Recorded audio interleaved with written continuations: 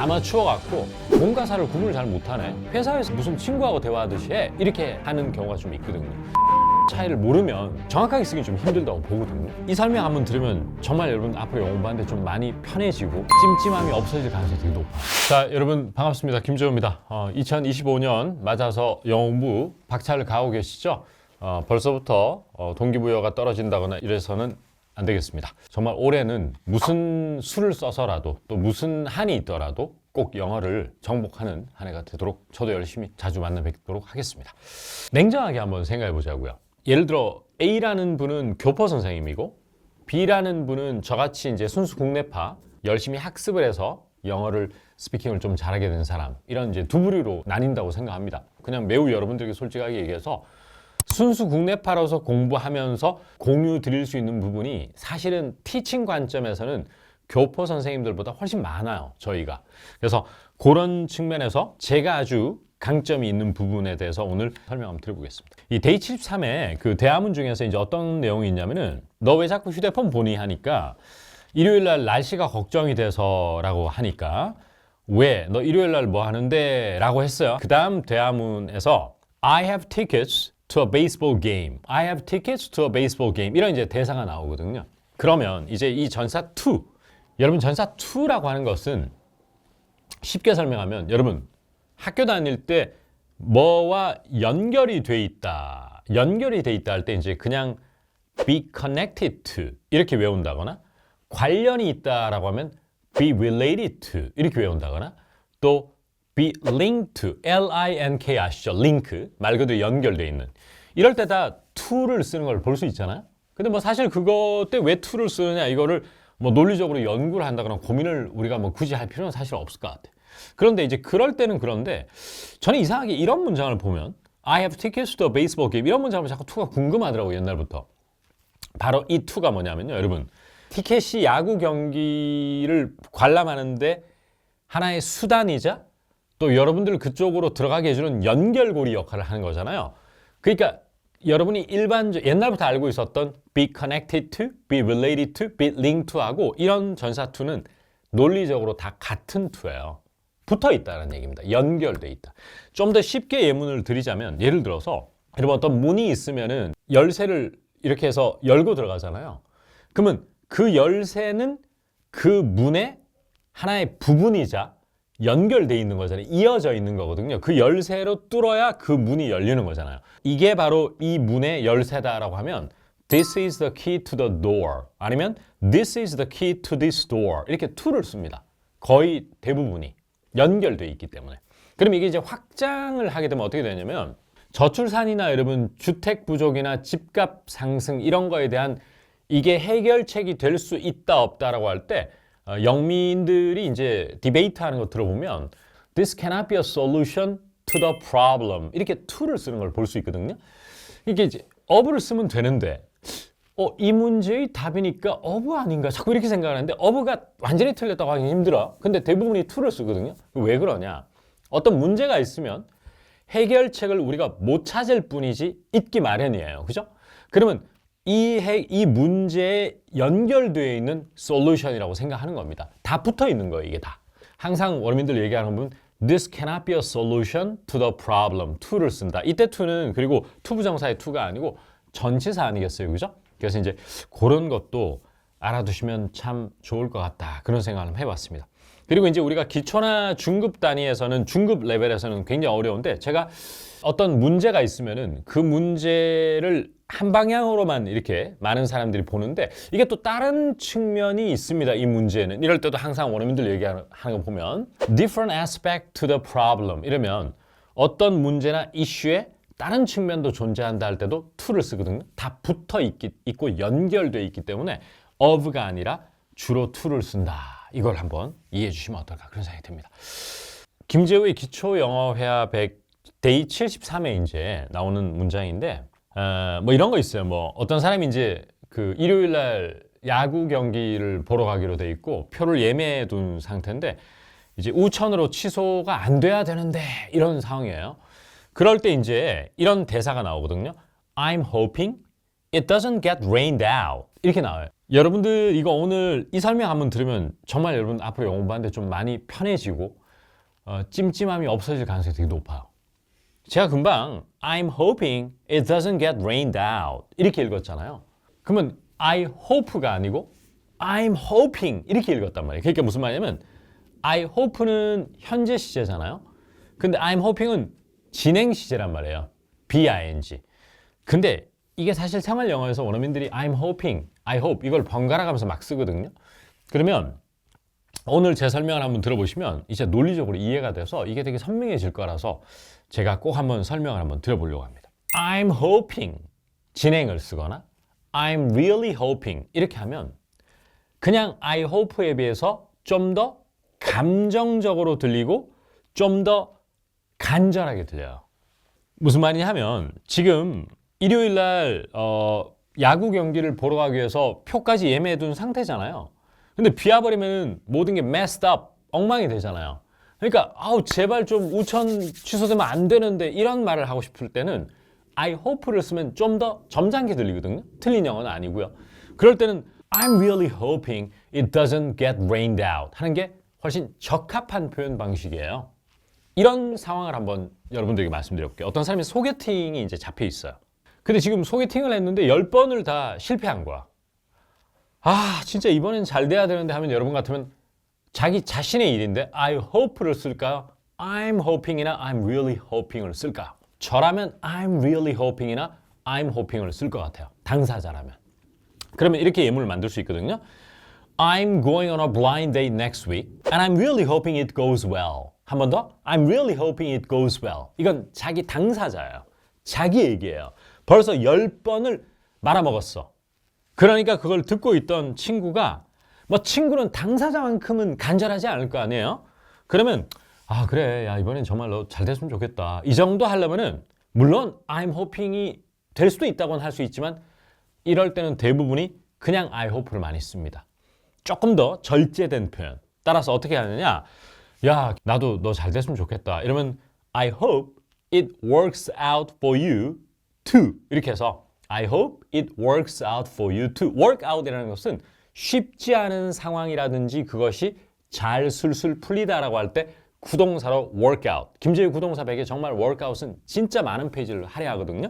그래서 이런 workout은 기초에게는 어렵지만 사실 네이티브스러운 표현이야. 따라서 I hope it works out for you too. 이렇게 하면 완벽해집니다. 그냥 편하게 여러분 친구가 감기에 걸렸거나 컨디션이 안 좋아. 그러면 야 빨리 나아라. 빨리 나아라. 이 정도 하면 그냥 편안하게 I hope you feel better soon. 이렇게 해서 I hope you feel better soon. 아니면 I hope you get better soon. 이런 식으로 하면 되겠습니다. 그러면 여러분 회사에서 이메일 같은 거 쓸 때는 너무 emotionally 이렇게 쓰면 안 되잖아요. 그냥 팩트 위주로 객관적으로 써야 되잖아. 그러면은 뭐가 잘 되기를 바란다 할 때는 I'm hoping보다는 I hope를 쓸 일이 훨씬 많죠. 오늘 이제 정리하면서 이런 말씀을 여러분들에게 한번 드려보고 싶거든요. 해외에서 어릴 때부터 영어를 습득하고 바이링구얼 2개 국어를 모국어로 해서 구사하는 그런 교육을 가정이나 학교에서 받지 않고서 한국 사회에서 정말 문법 공부하고 중고등학교 시절 보내고 대학교 졸업하고 이래가지고는 I'm hoping이라든지 I hope의 차이를 모르면 전 사실 정확하게 쓰기 좀 힘들다고 보거든요. 사실 그냥 땡기는 대로 쓸 것 같아. 그냥 내 마음대로 그냥 아 이게 맞나 잘 모르지만 그냥 I'm hoping 이렇게. 업무 이메일 같은 거 공식적인 자리에서는 레지스터, 언어 사용력을 결정하고 어감을 결정하기 때문에 되게 중요한 문제가 될 수도 있어요.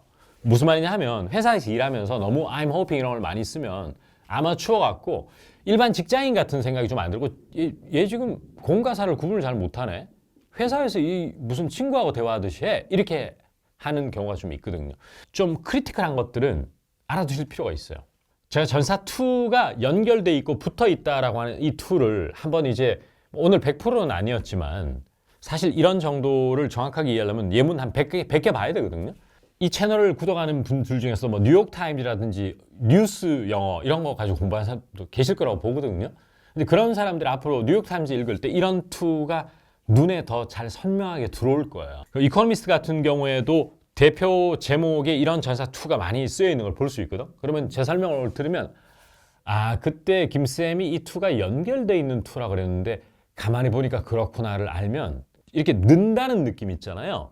그러한 심리적으로 내가 늘었구나 하는 거를 확 잡고 갈 수 있는 효과가 좀 있어. 언어 공부는 이런 것 같습니다. 열심히 따라 읽고 열심히 외우고 너무 논리적으로 생각하지 않고 드라마 같은 거 막 인토네이션 줘가지고 막 한번 외워보고 이런 학습이 오가 이루어져야 되고 또 국내에서 공부하고 어릴 때부터 한국에서 영어 공부를 했던 이런 뭐 저 같은 사람 이런 사람은 불가피하게 논리적으로 아 이런 전사 to는 연결되어 있는 to 이런 거구나.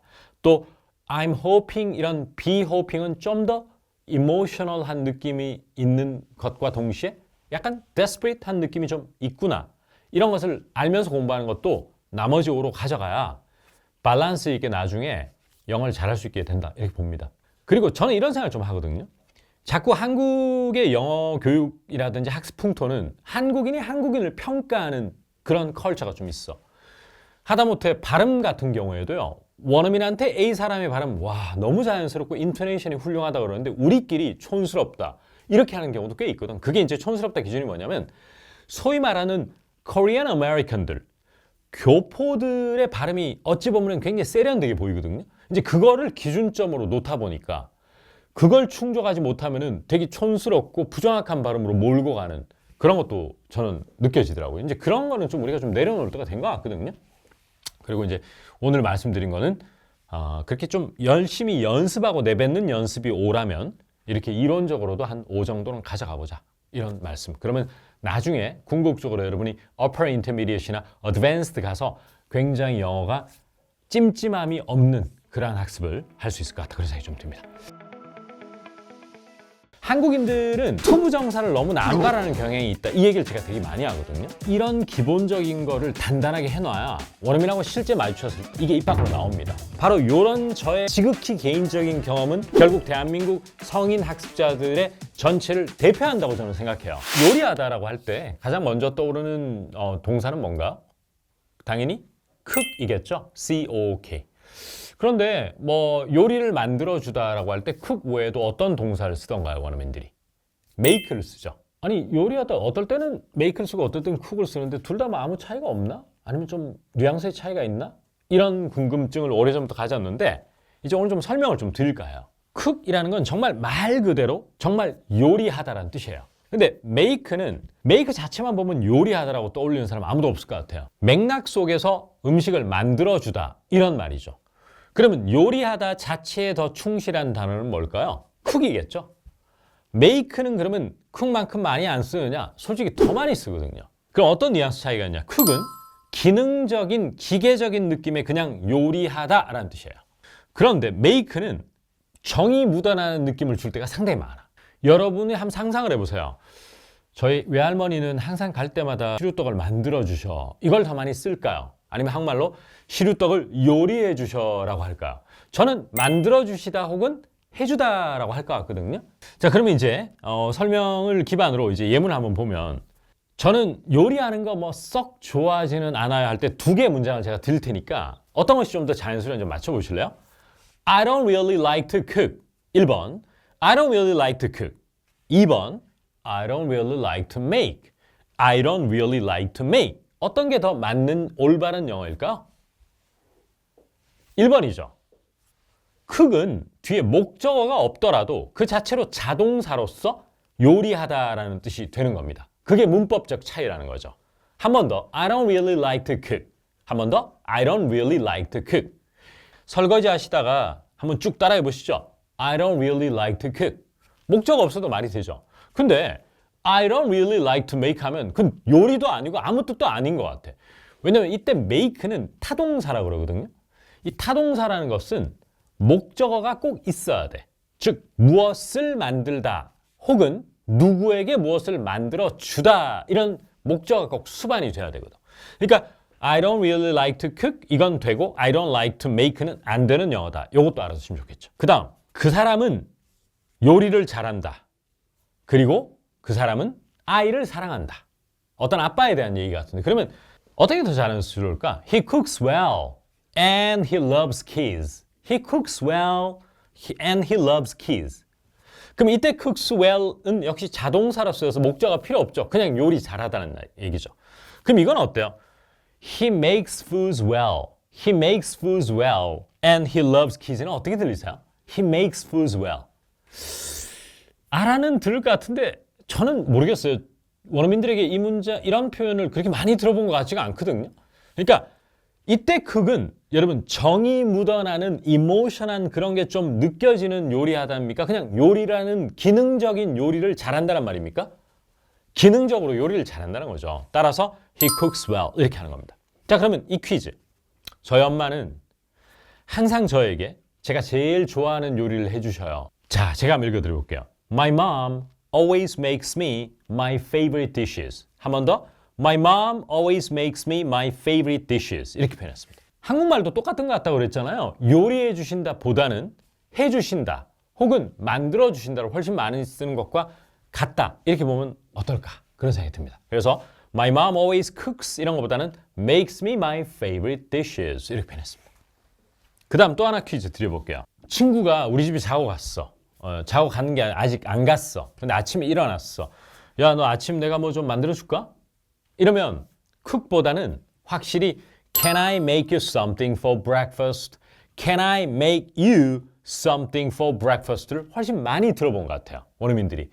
자, 만들어준다고 훨씬 자연스럽잖아요. 그래서 Can I make you something for breakfast를 훨씬 많이 들어보고 좀 더 빈도수가 높고 좀 더 자연스러운 표현 방식이 아닌가. 그런 생각이 많이 듭니다. cook은 좀 더 기능적인 기계적인 느낌, make는 좀 더 정이 묻어나는, 정이 느껴지는 그러한 동사다. 그렇게 이해하시면 좋을 것 같습니다. 역시 김재우의 기초 영어 회화 100 데이 29를 보면 창가 자리를 요청드렸어요. 이렇게 돼 있는 문장이거든요. I asked for a window seat 이렇게 된단 말이에요.